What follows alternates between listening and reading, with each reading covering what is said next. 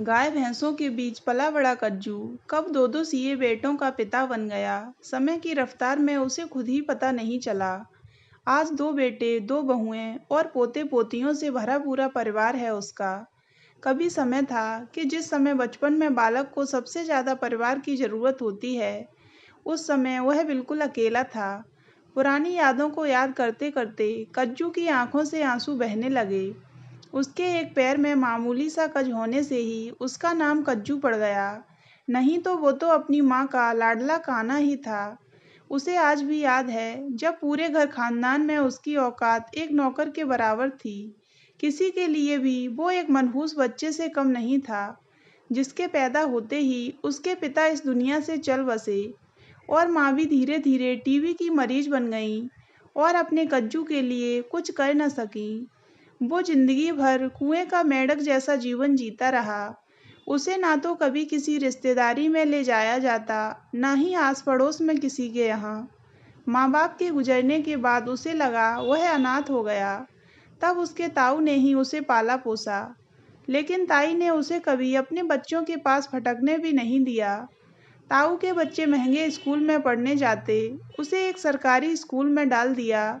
जब मर्जी स्कूल से छुट्टी करा दी जाती। उसकी किस्मत में शायद माँ सरस्वती का वरदान ही नहीं था। जब भी घर में कोई काम होता, ब्याह शादी या कुछ भी हो, तो एक अकेला कज्जू ही सब संभालता। हर तरफ से कज्जू ये कर दे, कज्जू वो कर दे की आवाज़ें लगती रहती, पर फिर भी उसके काम की कद्र नहीं थी। बिन माँ बाप का बच्चा जो था, बाजार से साग सब्जी लाना, हवेली की साफ सफाई करना, सारे काम करता।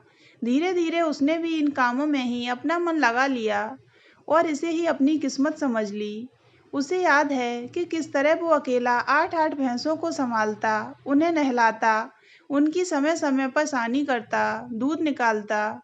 धीरे धीरे उसे इंसान से अच्छे ये जानवर लगने लगे, क्योंकि कम से कम जानवर उसे ताई के जैसे उल्टा सीधा तो नहीं बोलते। वो वहीं टाल में ही अधिक समय बिताता। टाल में कुछ अमरूद, मेहंदी और हार सिंगार, गुलाब जैसे पेड़ लगे थे। वो इन पेड़ पौधों की छाया में अपना बचपन ढूंढता। माँ के गुजरने के बाद तो उसने हवेली में जाना लगभग बंद ही कर दिया। बस जाता और अपनी ताई से खाना लेकर टाल में ही आकर खाना खाता। वहीं गाय भैंस के पास ही अपना सुख दुख बांटता। जब खुले आसमान के नीचे थका हारा माँ को याद करते करते तारे गिनते गिनते सो जाता, तो अगली सुबह ही उठता।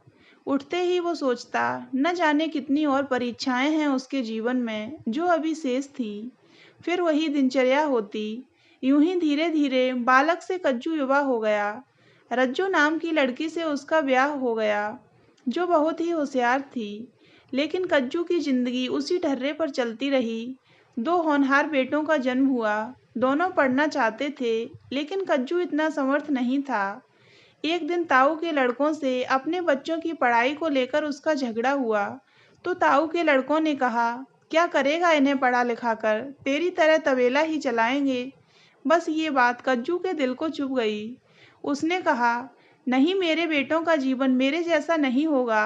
वो पढ़ेंगे, मैं अच्छे से अच्छे स्कूल में इन्हें पढ़ाऊंगा, चाहे जो भी हो जाए। उसके बड़े बेटे ने जब एक दिन कज्जू से कहा, पापा बस आप हमें किसी भी तरह पढ़ा दीजिए, एक दिन देखना हम बोरी भरकर पैसा कमा कर दिखाएंगे, आपकी मेहनत और हिम्मत को बर्बाद नहीं होने देंगे।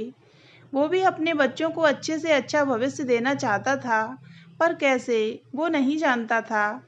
उसकी पत्नी रजनी ने उसे सलाह दी और उसके अधिकारों के लिए उसे सचेत किया। उसने कहा, जितनी मेहनत मजदूरी आप यहाँ करते हो, यदि आप खुद की गाय भैंस पालकर अपनी खुद की डेयरी खोल लें, तो देखना हम भी अपनी औलाद को अच्छे स्कूल में पढ़ा पाएंगे, अच्छी परवरिश दे पाएंगे। सोचो जरा आप, क्या आप नहीं चाहते कि हमारे बच्चे भी पढ़ लिख कर अफसर या बड़े आदमी बने? इतना सुनकर कज्जू बोला, तू सही कह रही है रज्जो, मुझे भी अपने बच्चों को पढ़ाना लिखाना है। अब मैं कुछ समय उधार लेकर ही सही, पर अपनी डेयरी का व्यवसाय जरूर करूंगा, जिसका नाम होगा कान्हा की डेयरी। कहते हैं ना, जब इंसान के इरादे दृढ़ और सुनिश्चित हों, तो ईश्वर भी आगे बढ़कर उसकी सभी राहें खोल देता है। बस फिर क्या था, उसने अपना हिस्सा लेकर उसी टाल में अपने ताऊ से अलग होकर कान्हा नाम से डेयरी खोली। जो दिन दूनी रात चौगुनी तरक्की करती गई। भोला भाला कज्जू दूध दही के काम में माहिर तो था ही, ईमानदारी से अपना व्यवसाय चलाता रहा। पहले दूध दही के 2-4 घर बंधे, 4 से 8, और अब तो पूरा का पूरा गांव उसके दूध दही से प्रभावित था। हर कोई बस उससे ही दूध लेना चाहता था। कान्हा की कृपा से धीरे धीरे उसने दूध से बनी मिठाइयाँ भी बनानी शुरू कर दी। उधर उसके बेटे पढ़ते रहे और आगे बढ़ते रहे।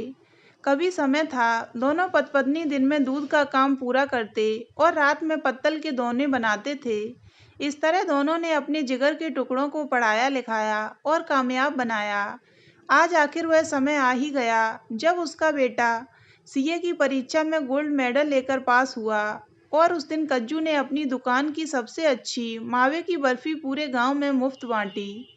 थोड़े दिन बाद उसके छोटे बेटे ने भी यही परीक्षा पास की और पूरे घर खानदान वालों में उसकी औकात, उसकी मेहनत और उसकी ईमानदारी के चर्चे होने लगे। दोनों बेटों की शादी भी उसने बड़ी ही धूमधाम से की। आज वो इस उम्र में पूरे परिवार के साथ बहुत खुश था। उसने अपनी आंखों से आंसू पोंछ डाले और बंसी वाले को अपनी कृपा के लिए और ढेर सारी खुशियां देने के लिए कोटि कोटि प्रणाम किया। तो दोस्तों, अगर आपको ये कहानी अच्छी लगी हो तो वीडियो को लाइक करें और हमारे चैनल को सब्सक्राइब अवश्य करें।